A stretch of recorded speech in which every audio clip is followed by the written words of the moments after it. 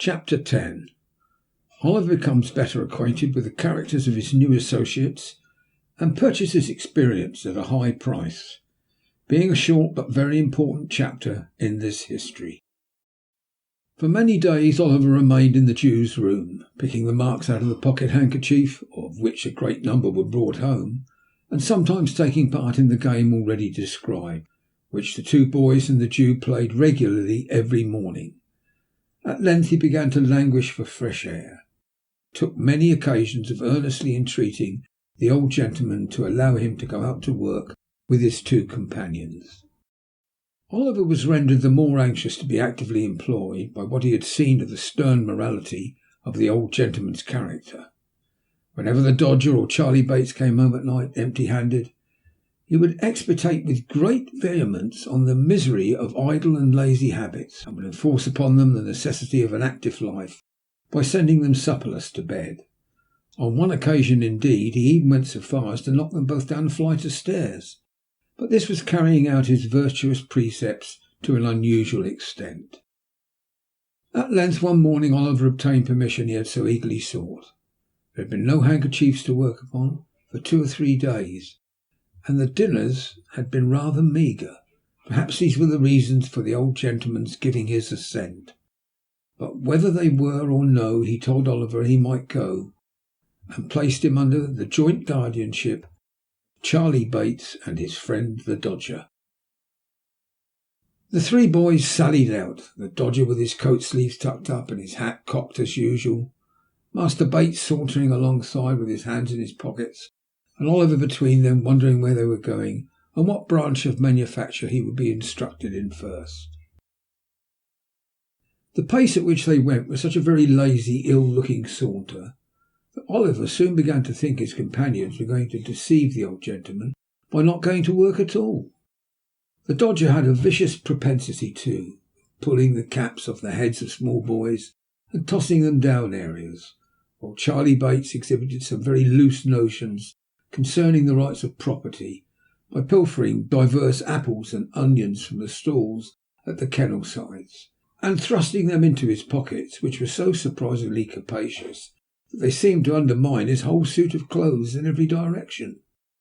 These things looked so bad that Oliver was on the point of declaring his intention of seeking his way back in the best way he could, when his thoughts were suddenly directed into another channel by a very mysterious change of behaviour on the part of the Dodger.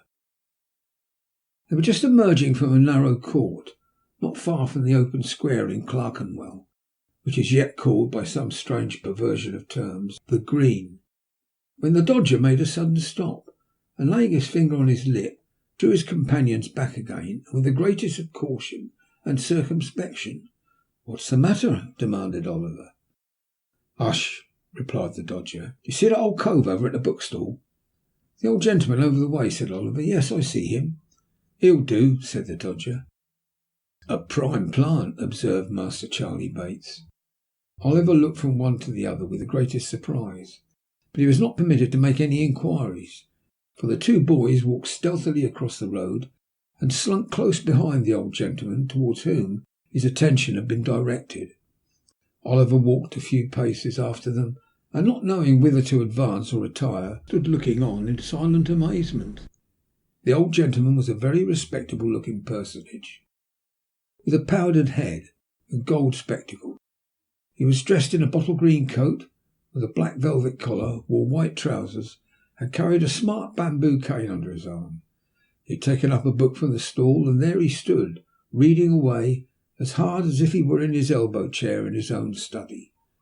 It is very possible that he fancied himself there, indeed, for it was plain from his abstraction that he saw not the bookstall, nor the street, nor the boys, nor, in short, anything but the book itself, which he was reading straight through, turning over the leaf, and when he got to the bottom of a page, beginning at the top of the next one, and going regularly on with the greatest interest and eagerness. What was Oliver's horror and alarm as he stood a few paces off, looking on with his eyelids as wide open as they could possibly go, to see the Dodger plunge his hand into the old gentleman's pocket and draw from thence a handkerchief, to see him hand the same to Charley Bates, and finally to behold them both running away round the corner at full speed. In an instant the whole mystery of the handkerchiefs and the watches and the jewels and the Jew rushed upon the boy's mind.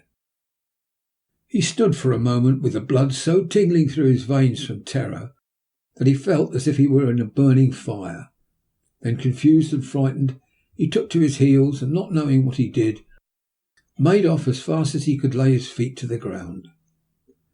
This was all done in a minute's space. In the very instant when Oliver began to run, the old gentleman, putting his hand into his pocket and missing his handkerchief, turned sharp round. Seeing the boy scudding away at such a rapid pace, he very naturally concluded him to be the depredator, and shouting, "Stop thief!" with all his might, made off after him, book in hand. But the old gentleman was not the only person who raised the hue and cry. The Dodger and Master Bates, unwilling to attract public attention by running down the open street, had merely retired into the very first doorway round the corner. They no sooner heard the cry and saw Oliver running, than, guessing exactly how the matter stood, they issued forth with great promptitude, and shouting "Stop thief!" too, joined in the pursuit like good citizens. Although Oliver had been brought up by philosophers, he was not theoretically acquainted with the beautiful axiom that self-preservation is the first law of nature.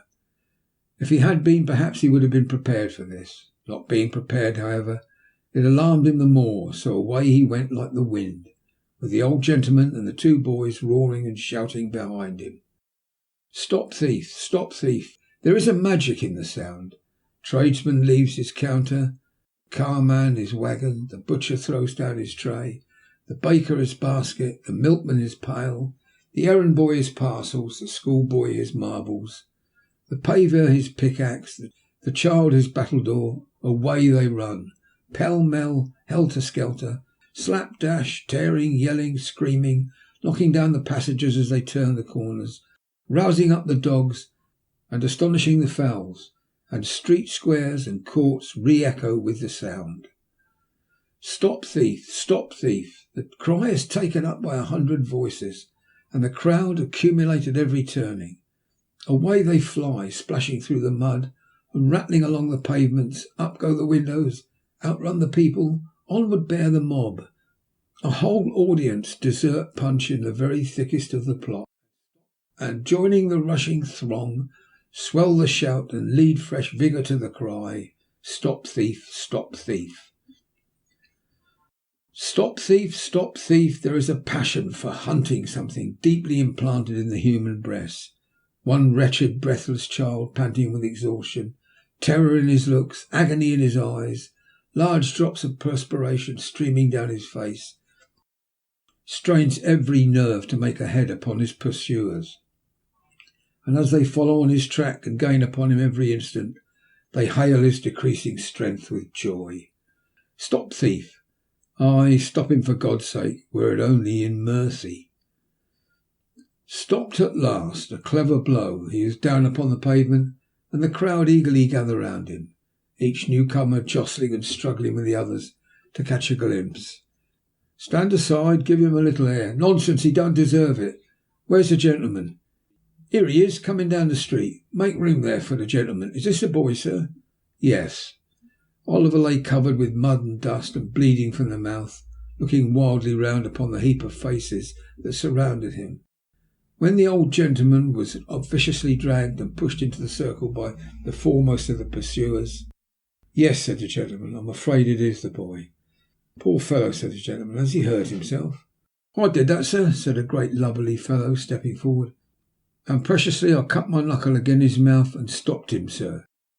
The fellow touched his hat with a grin, expecting something for his pains, but the old gentleman, eyeing him with an expression of dislike, looked anxiously around as if he contemplated running away himself, which it is very possible he might have attempted to do, and thus have afforded another chase had not a police officer, who is generally the last person to arrive in such cases, at that moment made his way through the crowd and seized Oliver by the collar. Come, get up, said the man roughly. It wasn't me, indeed, sir, indeed. It was two other boys, said Oliver, clasping his hands passionately and looking round. They're here somewhere. Oh, no, they ain't, said the officer. He meant this to be ironical, But it was true besides, for the Dodger and Charley Bates had filed off down the first convenient court they came to. "Come on, get up." "Don't hurt him," said the old gentleman passionately. "Oh, I won't hurt him," replied the officer, tearing his jacket half off his back in proof thereof. "Come, I know you. It won't do. Will you stand on your legs, you young devil?" Oliver, who could hardly stand, made a shift to raise himself on his feet, and was at once lugged along the streets by the jacket collar at a rapid pace. The gentleman walked with them by the officer's side, and as many of the crowd as could achieve the feat got a little ahead and stared back at Oliver from time to time. The boys shouted in triumph, and on they went.